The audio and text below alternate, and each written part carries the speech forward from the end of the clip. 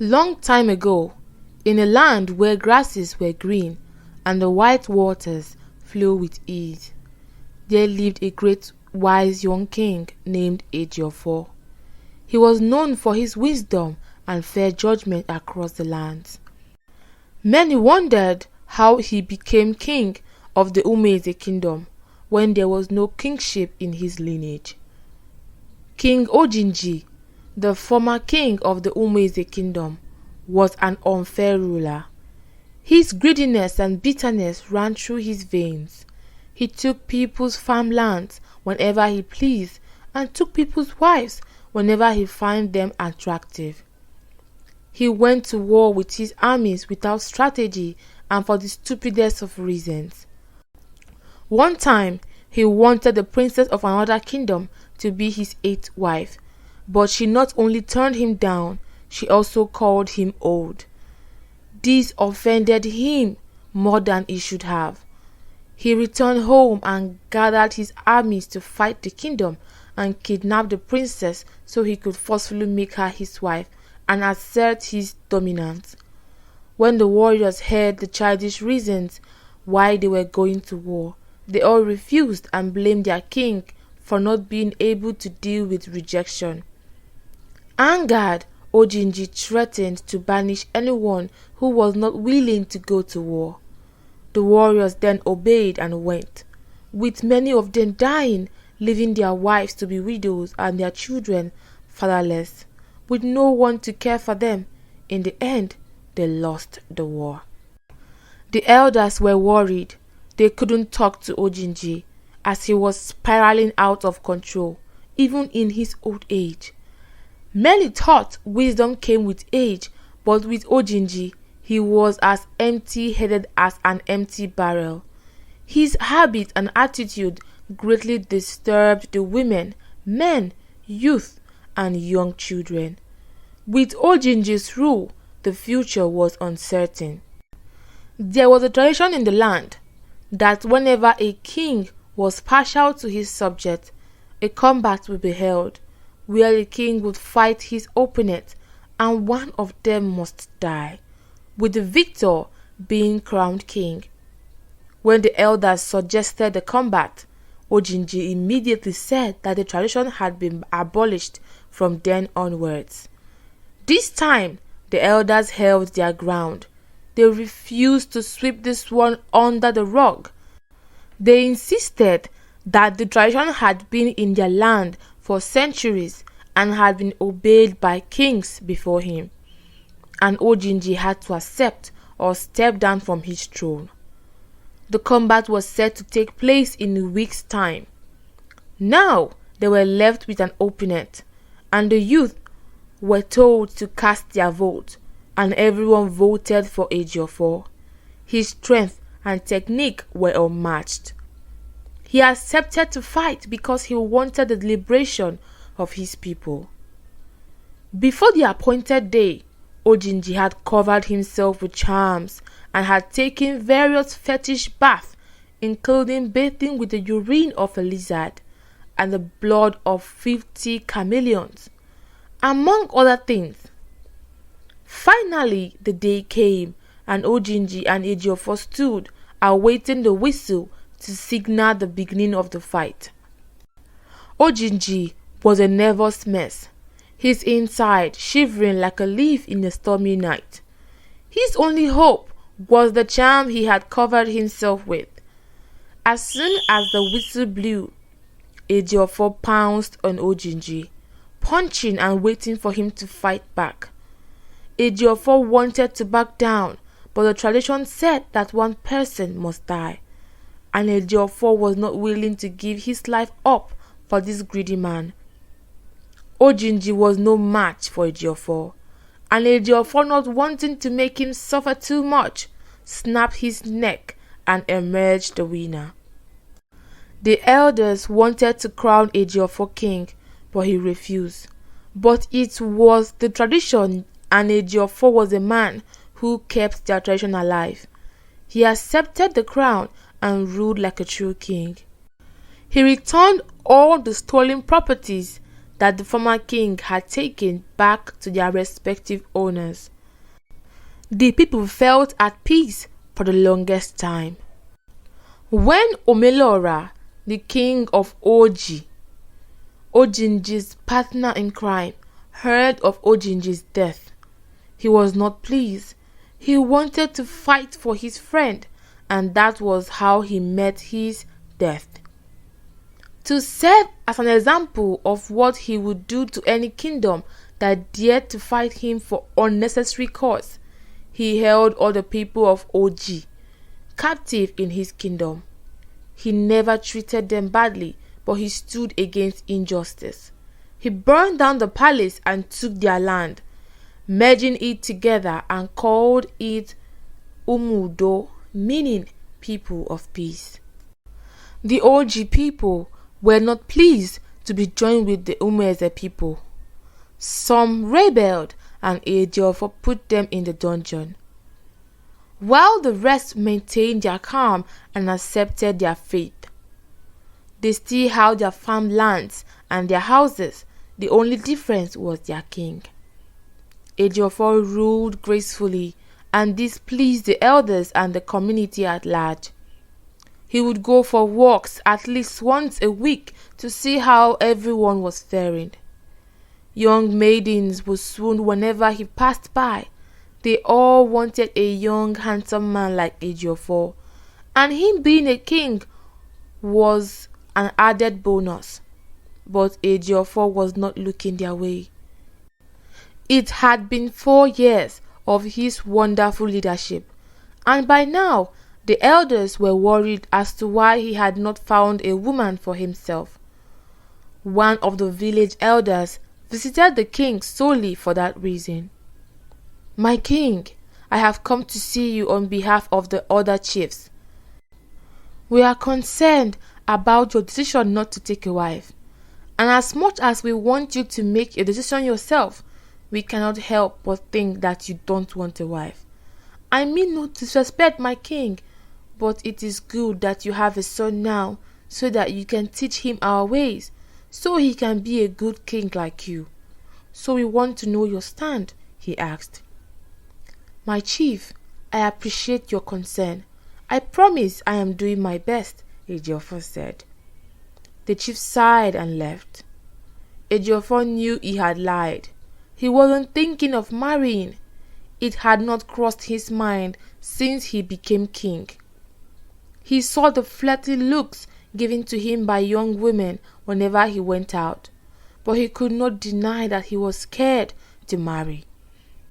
Finding a wife was not the problem, but keeping her safe was. Ever since he became king, his enemies had tripled. They would not come to him because they knew they would lose, but they could easily get to him by getting to his wife. With the persistence of the chiefs, he decided to take a wife. He had been attracted to a very beautiful maiden in the village. Whenever he went out, his eyes sought her, and her beautiful face was always on his mind. He took his elders, and they went and asked for her hand in marriage. Asa was so happy. She had secretly liked Ejiofor, and she had never thought he would come up to her, let alone marry her. Because the feeling was mutual, their marriage blossomed, with their love growing stronger with each passing day. The kingdom grew stronger and stronger. Soon, Asa was expecting a child, and Ejiofor couldn't be happier. He bought everything that Asa required to have an easy pregnancy. One morning, Ejiofor received a message from his friend, who was also a king, that he needed him and it was an emergency. King Ekene, the king of Nala, had always been helpful to Ejiofor. So Ejiofor made all the necessary arrangements, put more guards in the palace, and left for Nala. He soon arrived safely. Him and his friend shook hands and exchanged pleasantries. Ekene told him of the constant threat he had been receiving lately from a strange person. He showed him all the letters and wanted him to help him track the person down. Ekene and Ejiofor got into action. Back in the palace of Umudo, a young man who was among the palace guards brought a keg of palm wine. He gathered the guards and gave them a cup each. As they drank, they fell asleep. He brought all the intruders and showed them the way to the queen's room. They took her away in the cool of the night. Asa cried because her fate was unknown. King Ekene and Ejiofor received another letter from the same strange person. When the package was opened, it revealed strands of hair and pieces of cloth. When Ejiofor looked at it closely, he knew who they belonged to, his wife, Asa. He immediately took his belongings and left for his kingdom. Anger coursed through his veins as he prayed that his wife and child were okay. Immediately he arrived, the kingdom was in chaos. He reached the palace and asked about what had happened, and the palace guards explained everything to him. They told him that their drink had been intoxicated. He went to their room to find any clues, and there he saw another letter. The person told him to meet him in a secluded place in the forest, that he must come alone. He took his gear and sword and went, even when the elders thought he should take some guards with him. But he didn't want to compromise the life of his wife and child. He reached the venue and saw his pregnant wife, all tattered and scared. She begged him to leave her, but instead the man cut through her, allowing her to slump on the ground. Ejiofor saw red. He attacked the man and they fought back to back. Other men that were around joined in the fight, and Ejiofor sliced through them like a paper. He made sure not to kill the man who had killed his wife. He wanted to torture him slowly, where he would feel the pain greatly. He took the man home, and when he was asked what his name was, he replied, Azunna. It happened that Azunna was a son of late King Ojinji, who wanted to be king after his father. But Ejiofor had stripped him of that opportunity. So he had planted a spy in the palace that would tell him the activities that were happening in the palace. He was also responsible for the threats sent to Nala Kingdom.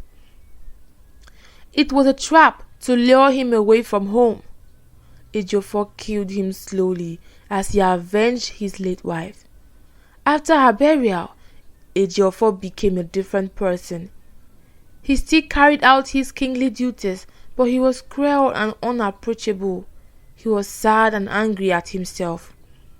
The elders pitied him, for he had truly loved Asa. Few years had passed, and Ejiofor slowly recovered, but he promised never to love again, even if he remarried. He knew he had hidden enemies that would get to him whenever they got the opportunity. In a secluded part of the village lived a young girl called Kasima. She lived with her mother's sister, who was her only guardian. Kasima had a traumatic past. She survived because of her auntie's intervention, but the scars of her experience didn't leave her. It taunted her day and night. Kasima grew like any normal girl in an African home. She had two siblings who were junior to her. When Kasima was around 12 years old, her father came home one night, so sad and angry. Her mother asked him what the problem was, but he kept mute. But because she wanted to help her husband, she insisted, and this prompted him to beat her mercilessly, breaking 2 teeth from her mother's mouth and one of her rib bone. Kasima's mother sought treatment and returned to her husband, even though her family was against it. She convinced them that her husband was not the abusive type, so they let her be.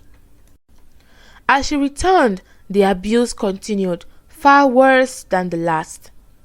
One night, Kasima's father asked for pounded yam, and he was presented with fufu by his wife. She begged him that it was late for her to prepare pounded yam, and she promised to make him for him the next day. That was all it took for hell to break loose. He beat her, and this time the children intervened. He beat their mother until she lost consciousness, and he even used a pistol to hit the children. That was when Kasima's aunt showed up. She hurried and took her away from the scene and alerted others who came with her to Kasima's father's house. That night, Kasima lost her mother and 2 siblings. She stayed indoors and would always fold herself in a corner as the memory taunted her. It happened that Kasima's father had sold his only farmland and then used the money to gamble, hoping to double or triple his win. But in the end, he lost his money. He couldn't tell his wife because she would judge him. After a few years, Kasima was able to go out of the house. But whenever a man approached her, she would pounce on him, biting him anywhere she could catch first. This happened to different men on different occasions, and rumors carried it that she had gone mad. She injured many men with her teeth or weapons she carried around. It was becoming a thing of concern, and it was reported to the king, who had heard a lot about this particular maiden. He sent some of his guards to capture her. When they did, he couldn't help but smile to himself when he saw the bite and scratch mark that were on the body of the guards. He made them lock her in a room in the palace. He would send her food 3 times daily. Then he thought she had never attacked a female but the males. This made him wonder what had happened in her past. She did not struggle to fight to be let out of the room, which somehow made him pity her. He told some of the maids to take her out to the east wing of the palace. Then he told the guards to evacuate the east wing for a few hours. Kasima followed the maids out. They talked and laughed, but she just listened. It was as if she was in a world of her own. After some time, she returned to the room, ate and slept. The king was in his room, closely observing. The next day, he was visited by a woman who said she was Kasima's aunt. She apologized for Kasima's behavior and pleaded that the king pardon her, as she was not always like that. She explained that Kasima just felt the instinct to defend herself from men, especially men like her father. She went on to tell him about Kasima's past and how she had been trying to help her. No one needs to go through all this, he told her. Don't worry, no harm will come to her. I will see what I can do to help. He told Kasima's aunt that she could visit her whenever she wanted. Every day, Ejiofor would tell the maids to talk to Kasima for a while, and as the days went by, she began to open up and talk, but not about her past. It had been a couple of weeks since Kasima had been staying in the palace. Ejiofor couldn't help but think he was giving too much attention to this special maiden. He tried not to let her get under his skin, but it was close to impossible. Her laughter echoed in his head as a reminder, and he thought she looked beautiful. He would stay in his room and stare at her through the window, unable to stop himself, as he was slowly falling for her. One evening, he knocked on the door, and when she saw him, her instinct kicked in. Knowing her next move, he held her arms, trapping her. Then she began to beg, "Please don't hurt me. Please, sir, please don't hurt me." Ejiofor's face was contorted in surprise. "I will never hurt you, Kasima, and I'm surprised you don't know your king. Anyways, I just want to talk." Kasima apologized to him, and they talked for some time. With the gentleness in his voice, Kasima shared her past with him, something she had never done with anyone before. She felt a sense of peace with Ejiofor. Ejiofor, seeing how she was shivering as she told her story, felt a strong urge to protect her. After some time, he returned to his room with thoughts of Kasima clouding his mind. In a few weeks, they became close, and one night, their conversation got heated. Ejiofor confessed to her about his feelings. He kissed her, and she did nothing to resist, considering she had fallen for him. The feeling was nothing like she had ever imagined. They cuddled and talked all night about everything. It was then that Ejiofor realized that he could not live by himself forever, and moreover, he wanted children. He soon asked Kasima to marry him, and she agreed. She never pictured herself with a man, but the gods had blessed her with a perfect match. A man who would protect her from any harm, and a man who was so gentle to accept her wholeheartedly. After their marriage, Ejiofor could not hold himself anymore. He made sweet love to Kasima. He had managed to hold himself because he didn't want her to see him as a deceiver. Kasima, knowing what happened to Ejiofor's late wife, begged her husband to train her in a way that she would be able to defend herself whenever her husband was away. Ejiofor and Kasima ruled together side by side with their children. The morals of this story: greed is like a dark hole. When you happen to fall into it, it will consume you whole unless you notice and change for the better. It will turn something so pure into something so dark and unrecognizable. As a couple, it is important to share ideas and problems, and more importantly, as parents, we should be able to consider the children you have brought into this world. You should be mindful of the way you talk or act in their presence. Verbal, physical, and emotional abuse towards your partner is wrong. A husband or wife should be able to talk to their spouses even though they had done something unspeakable, rather than take out their anger on their spouses and children. If you are a woman or a man in an abusive marriage, it is rather better to choose yourself. Your life always comes first. Thank you for watching, and I hope you enjoyed this story. Please don't forget to like, comment, and share. See you in the next one. Bye.